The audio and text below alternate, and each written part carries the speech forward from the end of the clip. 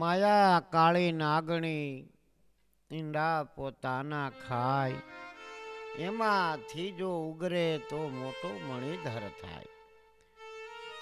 માયા એટલે જે આપણી આશા તૃષ્ણા, એની હારે કામ ક્રોધ મદ લોભવો, આ વિષય 25 છે. એટલે સંતોએ એનું એક ભજન બનાવ્યું કે 5-25 ના ઝઘડામાં અમારો હીરો ખોવાણો એ કચરામાં. 5-25 ના હે ઝઘડામાં મારો આ સમય ખોવાણો ભાઈ કચરામાં. એટલે 5 તત્વ અને 25 પ્રકૃતિ, આવા 5-25 ના ઝઘડામાં આપણું જીવન નષ્ટ થઈ જાય છે.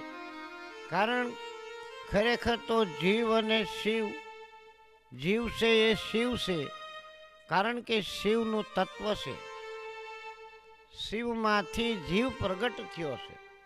પણ જો પોતાના મનને મક્કમ કરી રાખે અને હરિભજનની અંદર જીવને પોરવી રાખે તો શિવના સાનિધ્યમાં જાતા વાર નથી લાગતી. તો જીવમાંથી શિવની પણ એ ઉપમા મેળવી શકે છે. શિવ ન બની શકે, કારણ કે શિવ તત્વ એવું છે તે અમર તત્વ છે.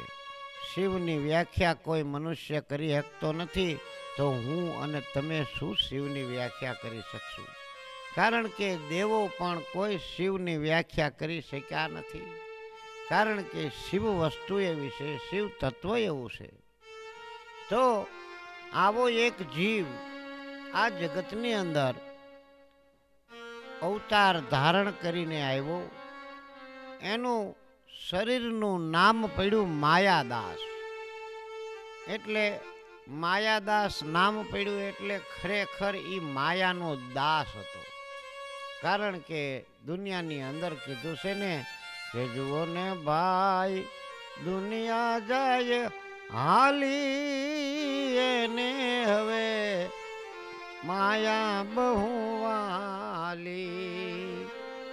આ દુનિયા જાય હાલી, એને માયા છે બહુ હાલી. આવો માયાદાસ ધીરે ધીરે મોટો થયો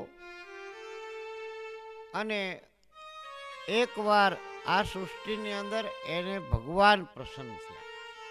એટલે ભગવાને કીધું કે માયાદાસ, તું ભલે ગમે તેવો રહ્યો પણ હું તારા ઉપર પ્રસન્ન થયો છું, તો તારે જે મારી પાસે માગવું હોય માગી લે.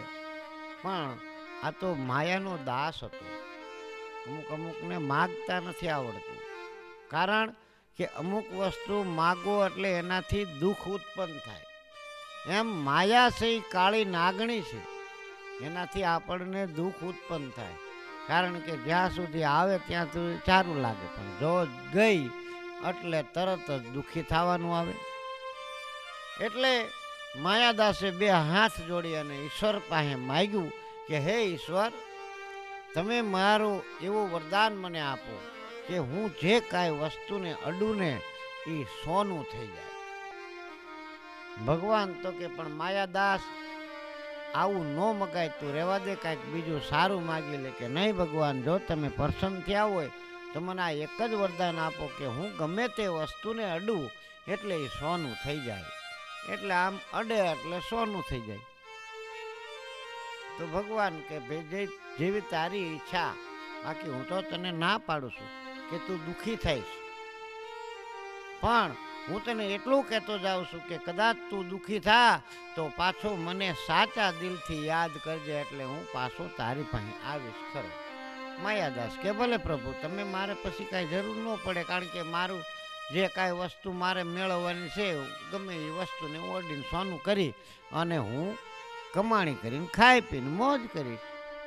ભગવાન કે તથા હસ્તું.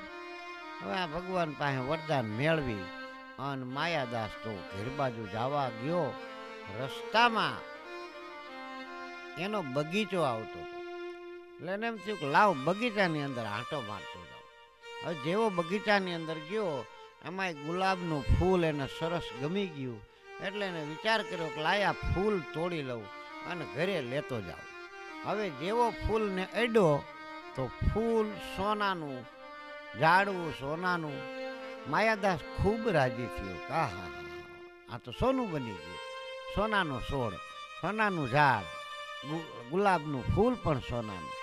એટલે ઉતાવળમાં ને ઉતાવળમાં આંટો મારી અને એક બધા ઝાડવા એને અડકી અડકી અને સોનાના કરી નાખ્યા.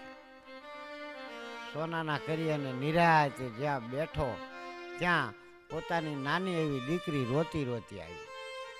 રોતી રોતી આવી એટલે તરત જ કીધું કે બાપુ બાપુ. હા બેટા, ત્યાં આપણો બગીચો કોકે બગાડી નાખ્યો. એટલે કે બેટા બગાડ્યો નથી, આ બગીચો આ તો આખો સોનાનો થઈ ગયો છે. હવે જ્યારે કારે આપણે જરૂર પડશે ત્યારે આપણે સોનું વેચી વેચીને પૈસા કમાઈ વાપરશું.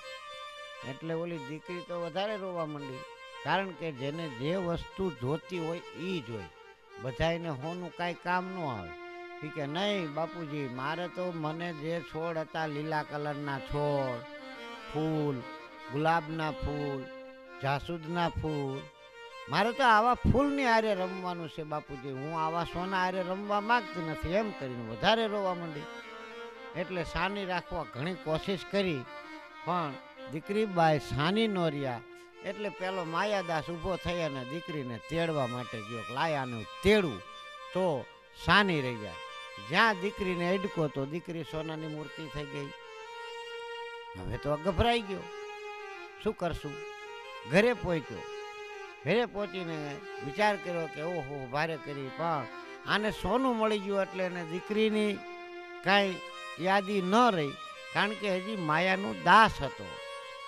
એટલે તરત જ એને કીધું કે હવે મને તમે જમવા આપી દો. એટલે એના ધર્મપત્ની જમવા માટે શાક, દાળ, ભાત, રોટલી બધું લાવ્યા. હવે જેવો દાળ અડ્યો તો સોનાની થઈ ગઈ, રોટલીને અડકે તો સોનાનું થઈ ગયું. પછી તો ખાવાની બહુ ભૂખ લાગે ને, સોનું તો ખવાય નહીં. શાક અડે તો શાક સોનું થઈ જાય, જ્યાં અડે ત્યાં સોનું થઈ જાય, કારણ કે ઈશ્વરની વરદાન હતું, ઈશ્વરની કૃપા એના ઉપર થઈ હતી. પણ પછી આને અતિશય ભૂખ લાગી. અતિશય ભૂખ લાગે તો કાંઈ સોનું તો ખવાય નહીં. એટલે જ આપણે કહીશું કે જે વસ્તુ જ્યારે જોતી હોય ત્યારે એ વસ્તુ જ કાયમ આવે, બીજી કોઈ વસ્તુ કાયમ આવતી. જેના પેટની અંદર ભૂખ હોય એને પાસે 5 કિલો સોનું હોય તો એની ભૂખ ન મટાડી શકે, દરિદ્રતા મટાડી શકે. પણ ભૂખ મટાડવી હોય તો તમારે કોઈ પણ ટાઢો ટુકડો, 100 ગ્રામ અનાજ, 250 ગ્રામ દૂધ, આ જ વસ્તુ જોઈ. સોનું કાંઈ કરી શકે નહીં. તો આવો વિચાર કર્યો, અરે હવે હું ખાઈશ કેવી રીતે? ખાઈશ શું? કારણ કે હું જેને અડું છું તો બધું સોનું થઈ જાય છે. હવે આને એની ભૂલ સમજાવી. એટલે જાગ્યા અહીંયાથી હવા. જ્યારે આપણને આપણી ભૂલ સમજાય, બીજાની ભૂલ તો આપણે બહુ ગોતતા હોય, પણ આપણી ભૂલ જ્યારે આપણને સમજાય ત્યારે સાચા આંસુ આવે આંખમાંથી.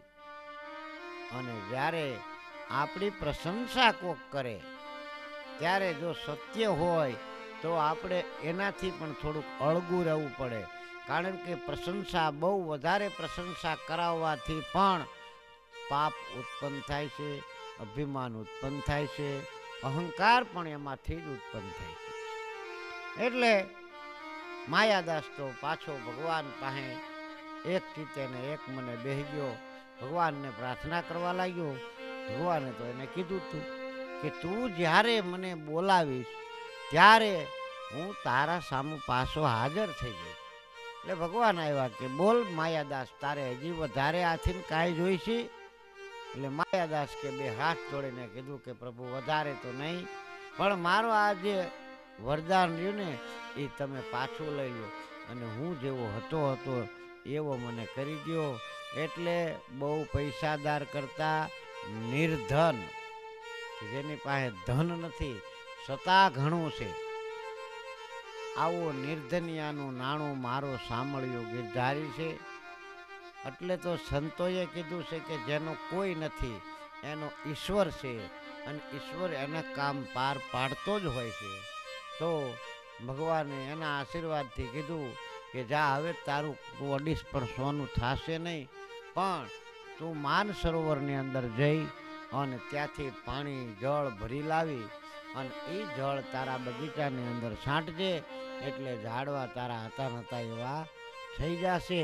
હું તને એક સલાહ આપું છું કે કોઈ દિવસ આવી ખોટી માયાના પ્રપંચમાં પડતો નહીં, અને આવું કોઈ લોભી પ્રકૃતિ રાખતો નહીં, તો જ તારી ઉન્નતિ થાય છે. એટલે માયા કાળી નાગણી ઈંડા પોતાના ખાય, એમાંથી જો ઉગરે તો પછી મોટો મણિધર થાય.